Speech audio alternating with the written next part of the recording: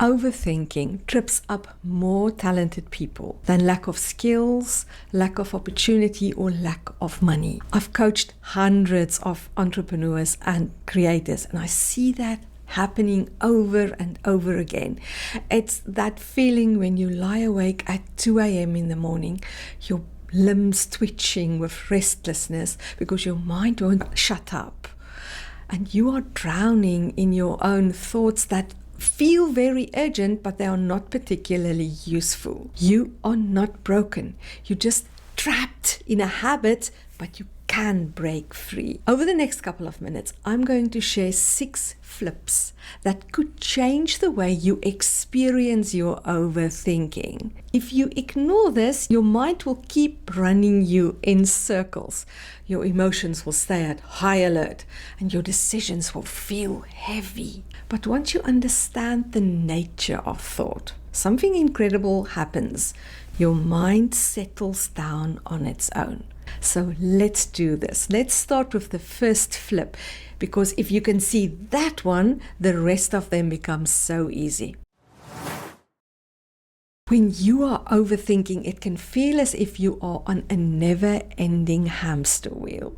You replay conversations, you predict disasters. It's as if you live in your own private movie that no one else can see. The only mistake that you're making is that you think your thoughts are reality. You think my thought equals truth. That's not the case. Also, the intensity of an emotion is not proof of the truth or the validity of the thinking behind the emotion.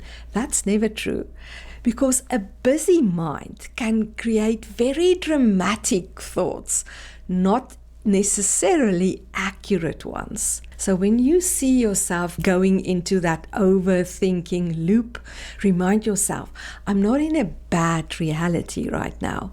I just have a busy mind. But then the next question arises. What do I do with all these thoughts? And that takes us right into flip number 2. I'm an overthinker because I'm so sensitive. I pick up other people's energy. Often overthinkers tell me that, but that is not true. Your sensitivity is not the problem. Your judgment about your sensitivity is. Now you are adding thinking on thinking. You create a second wave. It's overthinking about overthinking. The big insight is to see that it's never what other people say or do that creates your feelings. It's always your thinking about their words and their actions. You create your own feelings. They create theirs. So you don't have to take on the emotional burden of everybody else's feelings. You can let them have their feelings, just like you can let you have your feelings. And this is the point where everything starts to soften, right?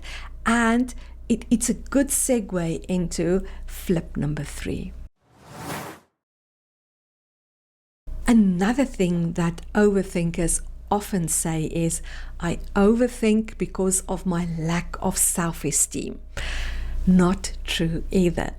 When you have intense feelings because of something you're thinking, it just means that you are taking your own thoughts too seriously. Those intense feelings, they tell you that you are lost in thought. So the trick here is, the skill you need to learn is, how do I drop thought? And it's easier than you think, because you do it all the time. Have you ever walked into a room and you forgot while you were there? That's because you dropped the thought. Were you ever interrupted and you lost your train of thought? Same thing, you dropped the thought. Do you, like me, make endless to-do lists because you are afraid that you will forget about something you thought before? You already know how to let thinking go, because dropping a thought is not deleting it. It's just not following it. And when you get this, when you can see your thoughts almost as fog, and when the sun appears, they just dissolve, the next fear also disappears, and that's the fear of silence, which takes us right into flip number 4. I am definitely an overthinker, and one of the things that I was afraid of, even subconsciously, I didn't want to slow down and be alone with my own thinking. I didn't want the silence, because I believe that the quieter I get, the more the thoughts will come up. It felt very uncomfortable. This is what I'm seeing more and more.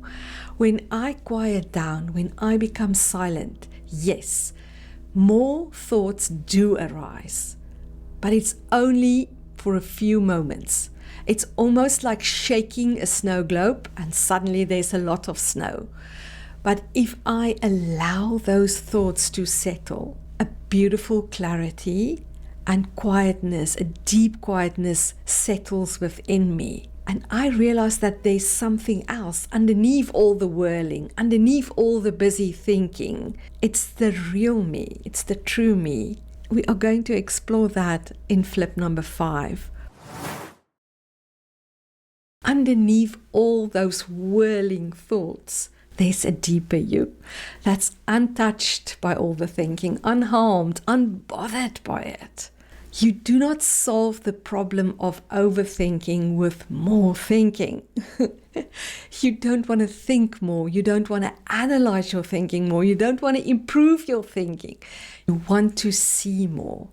And what is it that you need to see?